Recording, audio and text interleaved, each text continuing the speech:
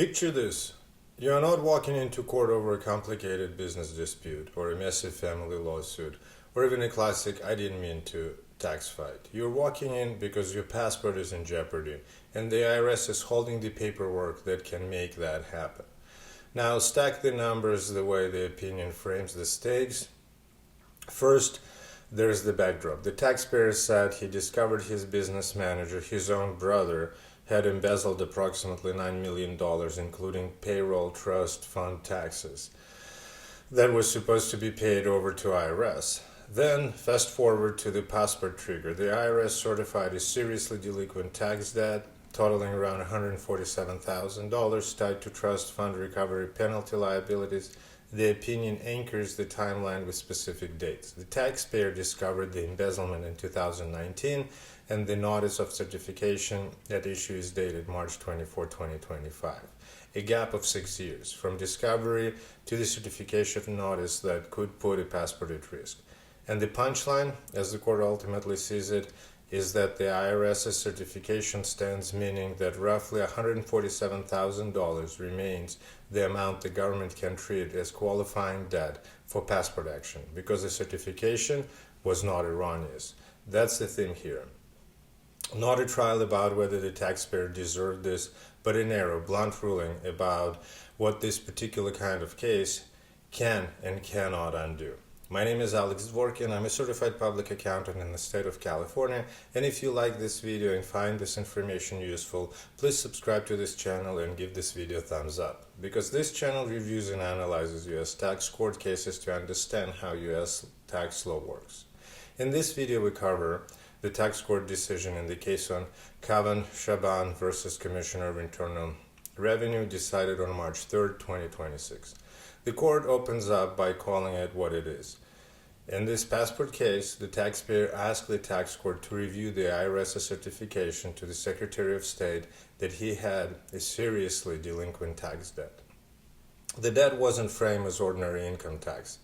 It was tied to Section 6672 Trust Fund Recovery Penalty, TFRP liabilities, for 3 periods. The periods ending September 30th, 2018, June 30th, 2019, and December 31st, 2019.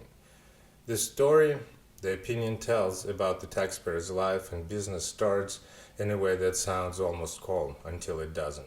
The taxpayer is a medical doctor who owned a group of businesses with his family, including an entity identified as Persona Dr. HQ LLC. Back in 2007, he hired his brother to be the business manager, and the job description was exactly the kind of thing a busy professional might gladly hand off. The brother's responsibilities included handling payroll, filing and paying payroll taxes, and filing tax returns. The court notes that he served without incident until 2019, and then comes the turning point. The taxpayer discovered that the brother had embezzled approximately $9 million from the family businesses, and that this included trust fund taxes that was supposed to have been paid to the IRS. If you're not familiar with trust fund taxes, here's the basic understanding of that. Those are payroll withholdings, money taken out of employees' paychecks that the business holds in trust and is supposed to send to the government. The opinion treats that as a core fact because it explains why the next part gets personal. The IRS didn't just pursue the business, it pursued the individual owner under the trust fund recovery penalty rules. The taxpayer didn't just swallow the situation. In October 2022, he sued the brother in Maryland State Court to recover the embezzled funds. The case settled, and the settlement matters here because it gave the taxpayer what probably felt like a powerful piece of paper. The brother acknowledged that he filed false tax returns on behalf of the business, and he took sole responsibility for the non-payment of Persona HQ's trust fund taxes. The brother also agreed he had provided written statement to the IRS and other authorities explaining his role. So imagine the taxpayer's mindset at this stage. He is saying, in effect, I've got a settlement where the actual wrongdoer admits it in writing.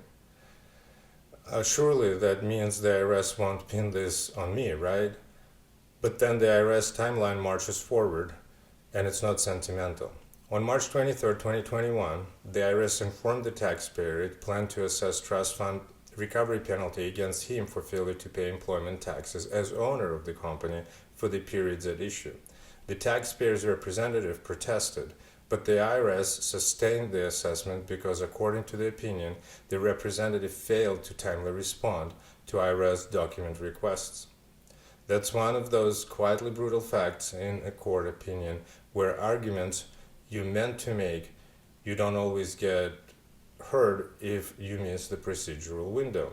Later, on September 15, 2023, the IRS assessed the penalties for the periods at issue and sent notice CP14 telling him he owned balances for those periods. Then the collection machinery rolled in.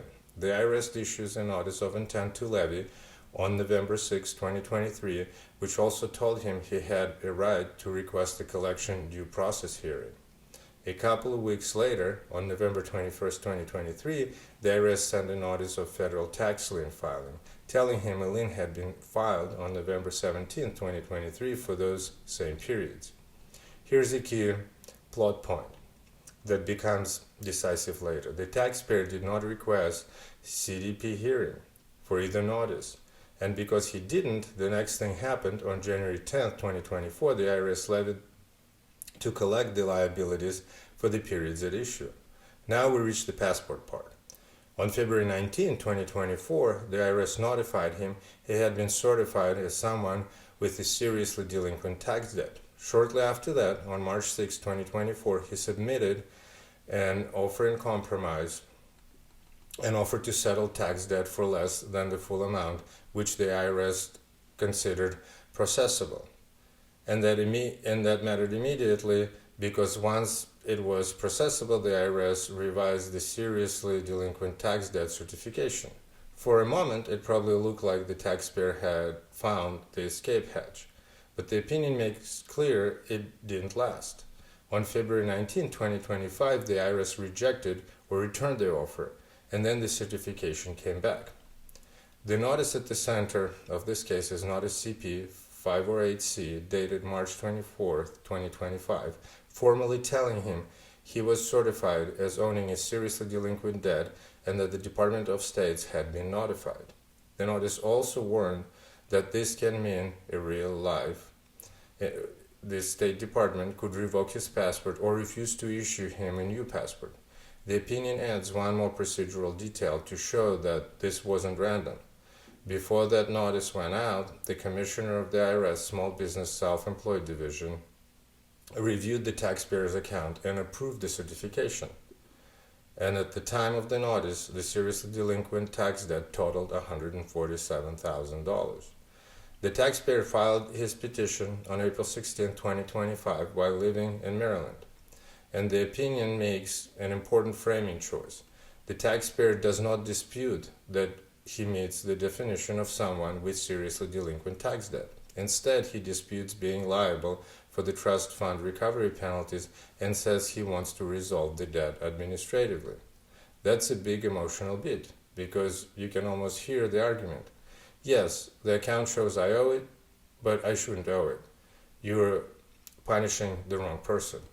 The problem is that Section 7345, the passport statute, doesn't turn on whether the IRS got the liability right in some cosmic sense.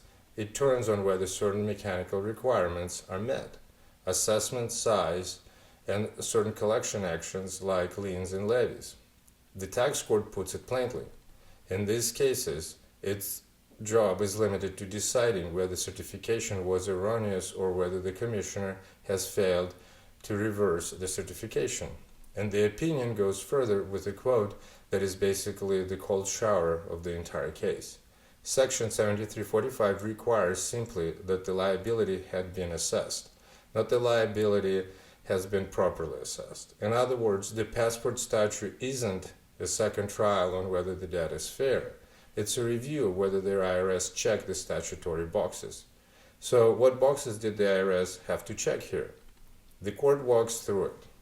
It notes the IRS introduced Form 4340, official transcript, to show the IRS assessed the unpaid trust fund recovery penalties and interest on September 15, 2023. The court also notes the amount that certification in 2025 was roughly $147,000, which was far greater than the inflation-adjusted threshold for the year. The opinion states that the threshold for 2025 was about $64,000. The IRS also filed a federal tax lien, sent the taxpayer notice, and the taxpayer didn't request a due process hearing, meaning the administrative rights had lapsed. And in addition to the lien path, the IRS actually made a levy for the periods at issue. On those facts, the court's conclusion is straightforward. The IRS showed the taxpayer had an unpaid, assessed, and legally enforceable liability exceeding the threshold, and therefore the debt met the definition of seriously delinquent tax debt. Now comes the human part, the taxpayer's argument and the opinion response to each. First, the taxpayer argued the penalties were really attributable to the brother's embezzlement. The court treats that as an attempt to challenge their underlying liability and said this type of proceeding isn't the place for it. It even cites another case for the idea that this kind of challenge can become an 11th-hour collateral attack once the passport is on the line. The court does add a sentence that reads like a genuine nod to the real-world mess. While we're sympathetic to Mr. Shaban and the unfortunate event leading to these TFRP liabilities, the court still says it has no jurisdiction here to review those liabilities. Second, the taxpayer tried a different route, an argument tied to identity theft and discretionary exclusion in the Internal Revenue Manual. The opinion explains that for an identity theft-based exclusion to apply, the taxpayer would have had to file an identity theft claim with the IRS and have it approved. The court points to the kind of account codes that would show up if that had happened, and then states the Form 4340 don't reflect such a claim was filed or approved. The taxpayer also didn't represent that he had filed one and gotten it approved. And importantly, the opinion says IRS employees don't have discretion to just apply the requested exclusion if the prerequisites are met. Third, the taxpayer argued the certification was premature because he hadn't exhausted the opinion to pay, file a refund claim, and sue for the refund. The court's response is basically that may be a path in other contexts, but it's not part of the statutory definition here. Section 7345 doesn't wait for refund litigation right to be used up. Finally, the taxpayer raised what might sound like the most technical argument, but it's actually pretty intuitive. He said the certification was invalid because the IRS used a computer instead of statutorily designated official, violating Section 7345G. If that were true, it would matter because the statute limits delegation of the certification power. The court explains that the IRS said it does. The computer system identifies accounts that meet the criteria and generates a list. An IRS employee emails that list to the commissioner, and then the commissioner reviews and certifies the accounts by replying to the email. After that, notices are sent out systematically. And the court's bottom line on this point is crucial. Section 7345G doesn't forbid computer system from identifying account. It requires only that any passport certification be approved by an appropriate IRS official. And in this case, that was the commissioner. The court says the IRS demonstrated it satisfied the requirement and therefore the certification was proper. So where does that leave the taxpayer? The opinion reads like a collision between two worlds. In one world, the person says, my business manager stole from me, admitted it, and said the payroll taxes were his fault. In the other world, the statute asks, was the liability assessed? Does it exceed the threshold? And did a lien or levy happen in the right way? This case lives in the second world. The court's conclusion is direct. We hold that the certification was not erroneous. The commissioner wins summary judgment and the taxpayer motion is denied. And here's the lesson from this. A passport case is like trying to fix a leaking roof by yelling at the weather. You might be totally right about what caused the storm, and you might have a very persuasive story about who should pay for the damage. But the only question in this room is whether the IRS followed the passport status checklist. If your real fight is about responsibility for the debt, the court is telling you again sympathetically but firmly that this proceeding is not the arena. My name is Alex Dvorkin. I'm a certified public accountant in the state of California, and if you like this video, please give it a thumbs up and please subscribe to this channel. And I'll see you in the next tax court case review.